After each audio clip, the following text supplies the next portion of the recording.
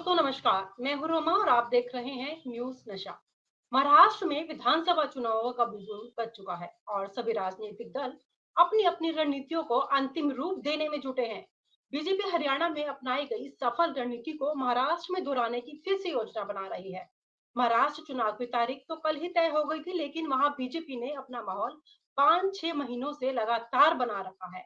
इसके तहत हिंदू वोटों का ध्रुवीकरण और आरएसएस का ग्रामीण इलाकों में फोकस महत्वपूर्ण है।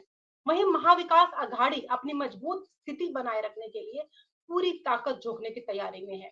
इस चुनाव में केवल सीटों की गिनती ही नहीं बल्कि महाराष्ट्र की राजनीतिक दिशा भी तय होगी। वहीं कांग्रेस पार्टी के नेता राहुल गांधी भी इस अब एक्टिव मोड में नजर आ रहे हैं। उन्होंने लापरवाही न करते हुए अपने कांग्रेस के संगठन के साथ कल महाराष्ट्र में मीटिंग की और उनको कहा कि हम हरियाणा वाला हाल अब महाराष्ट्र में नहीं होने देंगे, अपना ओवर कॉन्फिडेंस नहीं दिखाने देंगे। वहीं संजय रावत ने बयान दिया है कि संजय रावत ने शिंदे सरकार पर तंज कसा है और कहा है कि अगर आप में हिम्मत है तो बाबा सिद्दीकी पर गोलियां चलाने वालों का एनकाउंटर करें। इन तमाम मुद्दों पर चर्चा करने के लिए हमारे साथ इस समय जुड़ चुके हैं सीनियर जर्नलिस्ट मृकांक जी। सर, महाराष्ट्र में जो चुनावों की डेट है वो फाइनल हो चुकी है। अब आने वाली जो रणनीति है सभी पार्टियों की वो क्या-क्या होगी? पहले आप बीजेपी के बारे में बताएं। रोमा, पहले तो एक दो बात महत्वपूर्ण बहुत समझ लीजिए कि जो कल तारीख ऐलान हुई है, बड़े सोच समझ के और बड़ी रणनीति के साथ जो है तारीख तय गई है इलेक्शन कमीशन द्वारा। और इसकी थोड़ी सी एक आपको जो है नुमाइंदगी दिखा देता हूँ। क्या है कि ये चुनाव जो है हरियाणा के 7 चुनाव होना था और ये चुनाव जो है 1 महीना लेट हो रहा है। यूं मान के चलिए कि हरियाणा का चुनाव मुझे लगता है शायद 16 अगस्त को डिक्लेयर हुआ था और ये हुआ है 15 अक्टूबर का। अब आप पूछेंगे कि 15 अक्टूबर को ऐसा क्या खास दिन था कि 15 अक्टूबर को ये डिक्लेयर किया गया। आपको मेरी बात जो सवाल पूछना चाहती हैं वो समझ में आ जाएगा कि इलेक्शन जैसे ही अनाउंस हुआ बीजेपी की रणनीति काम करने लग गई, यहीं से उनकी शुरुआत हो गई है। तो ये इलेक्शन अगर हरियाणा के साथ हुआ होता तो निश्चित रूप से बहुत सारी चीजें बदल जाती। दरअसल मैं इस बात को कह रहा हूं कि हरियाणा के अंदर भारतीय जनता पार्टी ने एक जो है योजना महिलाओं के लिए चलाई थी और उस योजना में जो है पैसा तमाम जो है उनके खातों में दिया गया। एक ऐसी योजना जो है जो जैसे लाडली बहन योजना के तर्ज पे एक योजना महाराष्ट्र के अंदर चलाई गई, जिसे लाडली बहन योजना बोलते हैं और वो चलाई गई उसके अंदर। और उसका शुभारंभ होता है जुलाई में, मतलब उसकी पहली किस्त जाती है अगस्त में और वो शायद 1000 या 1500 रुपये महीना है उसकी किस्त जाती है। और उसके बाद क्या होता है, अगर ये 16 अगस्त को डिक्लेयर हो जाता तो निश्चित रूप से जो उसका इम्पैक्ट दिखाई देना चाहिए था वो इम्पैक्ट शायद 16 अगस्त या 16 अगस्त तक नहीं दिखाई देता। चुनाव को 1 महीना डिक्लेयर किया गया, मतलब जो जुलाई की किस्त दे दी गई, अगस्त की किस्त दे दी गई, सितंबर की किस्त दे दी गई और अक्टूबर में जो किस्त जानी थी उससे पहले कैबिनेट का मीटिंग होता है और उस कैबिनेट मीटिंग के अंदर साफ तौर पे उस अमाउंट को बढ़ा दिया जाता है और जब इलेक्शन जो है डिक्लेयर होने वाला होता है शाम के वक्त, सुबह उसके ऊपर जो है हस्ताक्षर जो है कैबिनेट कर देता है कि उसमें अमाउंट बढ़ा दिया जाएगा। और कई महिलाओं में, जिसमें 1500 जाने, तो कई महिलाओं के अकाउंट में जो पैसा नहीं गया था लगभग 5500 रुपए जो है अकाउंट में उनके पहुंचेगा। मतलब नवंबर और दिसंबर का किस्त भी जो है पहले भेज दिया जाएगा। तो आप समझ सकते हैं कि सुबह जो है सिग्नेचर हो जाते हैं या उससे एक दिन पहले सोमवार को हो जाते हैं और उसके बाद इलेक्शन डिक्लेयर किए जाते हैं। और ये 15 अक्टूबर को ऐसा होता है। तो 15 अक्टूबर को जब ये साइन हो जाती है और कैबिनेट अप्रूवल दे देता है, उसके बाद जो है इलेक्शन डिक्लेयर किया जाता है। साफ संदेश है, लगभग 2 से 2.5 करोड़ जो है महिलाओं को सीधा लाभ भारतीय जनता पार्टी अपनी इस योजना से देने जा रही है।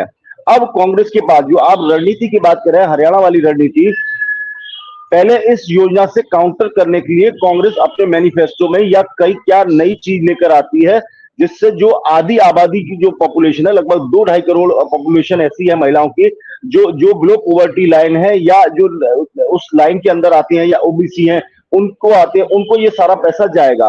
तो उसको काउंटर करने के लिए उनके पास जो विपक्षी पार्टियां हैं, कांग्रेस है, महाविकास अघाड़ी मैं बोलता हूं, उनके पास ऐसी क्या योजना है जो उसको काउंटर कर सके, पहली चीज। दूसरी चीज, आप एक और चीज समझिएगा कि जो हरियाणा के तर्ज पे बीजेपी का स्टार प्रचारक कौन होगा। देखिए, बड़ी सोच समझ के रणनीति से इलेक्शन कमीशन ने इस बार चीजें तैयार की है। जो यूपी का इलेक्शन है उसमें से कई इलेक्शन जो है 15 राज्यों की 48 सीटों पे इलेक्शन होना है। मुझे दो चुनाव बहुत महत्वपूर्ण दिखाई देते हैं। एक चुनाव मुझे महाराष्ट्र का दिखाई देता है, दूसरा मुझे जो है उत्तर प्रदेश का चुनाव महत्वपूर्ण दिखाई देता है। उत्तर प्रदेश का इसलिए कि उत्तर प्रदेश का जो चुनाव है वो शायद 13 तारीख तक को कर लिया जाएगा। 10 सीटों का चुनाव, जहां तक मेरा आकलन है, शायद 13 को, क्योंकि दो फेज में होना है, 13 को होगा, कुछ 20 को होगा।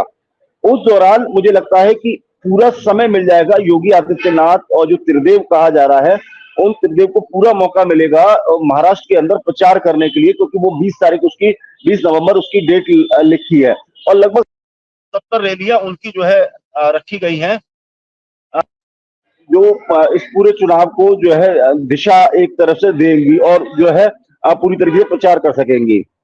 तीसरी बात मुझे महत्वपूर्ण ये दिखाई देती है कि बिल्कुल महाराष्ट्र में जो हरियाणा में चुनाव हुआ है उसमें आरएसएस ने बढ़ चढ़ के हिस्सा लिया है और बीजेपी के कहीं ना कहीं जो जो मनमुटाव था वो भी लगभग लगभग खत्म हो गया है और अब भारतीय जनता पार्टी ने उसमें आरएसएस उसमें बढ़ चढ़ के हिस्सा लिया। सर, मेरा अगला सवाल आपसे ये है कि महाराष्ट्र में ओबीसी बनाम मराठा संघर्ष को सुलझाने के लिए किस तरह के कदम उठाए जा सकते हैं इस समय?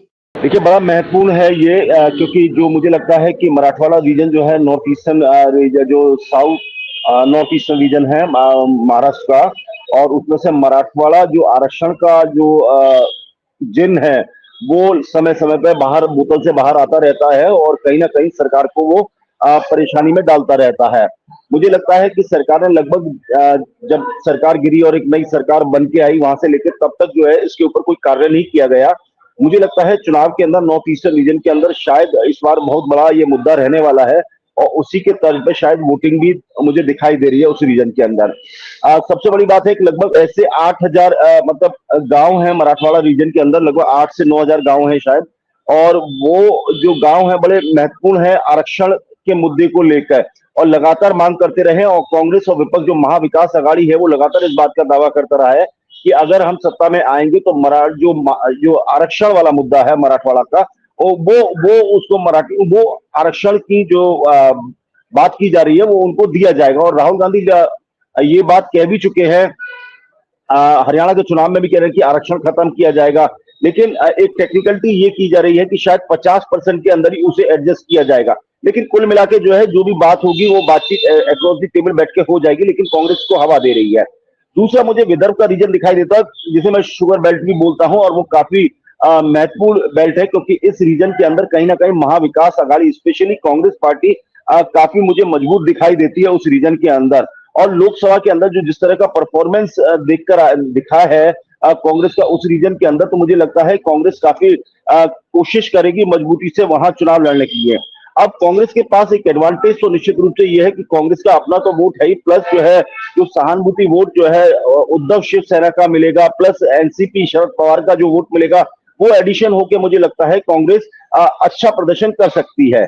लेकिन हरियाणा की हार से कहीं ना कहीं जो है आज की तारीख में मुझे लग रहा है कि जो उनके साथ गठबंधन में मौजूद हैं, स्पेशली जो शिवसेना उद्धव ठाकरे है और एनसीपी है शरद पवार गुट है, वो कहीं ना कहीं कांग्रेस के ऊपर हावी होता हुआ नजर आ रहा है।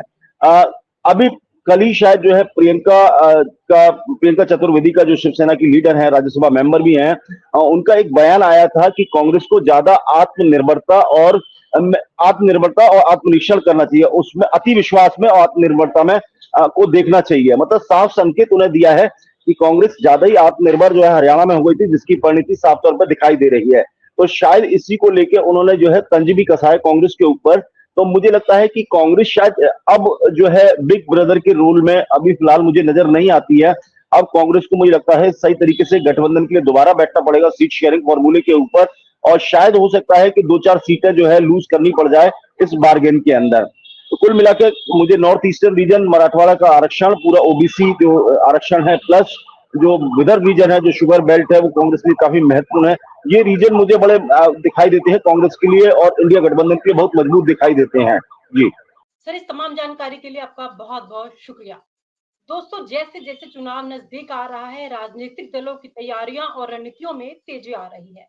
ये चुनाव केवल सीटों का खेल है, बल्कि ये महाराष्ट्र की सियासत के लिए एक महत्वपूर्ण मोड़ भी है। मतदाता अपनी पसंद और नापसंद के आधार पर निर्णय लेंगे, जिससे भविष्य की दिशा निर्धारित होगी। क्या बीजेपी अपनी रणनीतियों में सफल होगी या महाविकास आघाड़ी अपनी ताकत बनाए रखेगी? यह चुनाव निश्चित रूप से रोमांचक होने वाला है। सभी दर्शकों का बहुत बहुत शुक्रिया। नमस्कार। और आप हमसे जुड़े रहने के लिए सब्सक्राइब करें YouTube पर, फॉलो करें Twitter पर और लाइक करें Facebook पर। और ज्यादा जानकारी के लिए आपको टाइप करना होगा सिर्फ न्यूज़ नशा।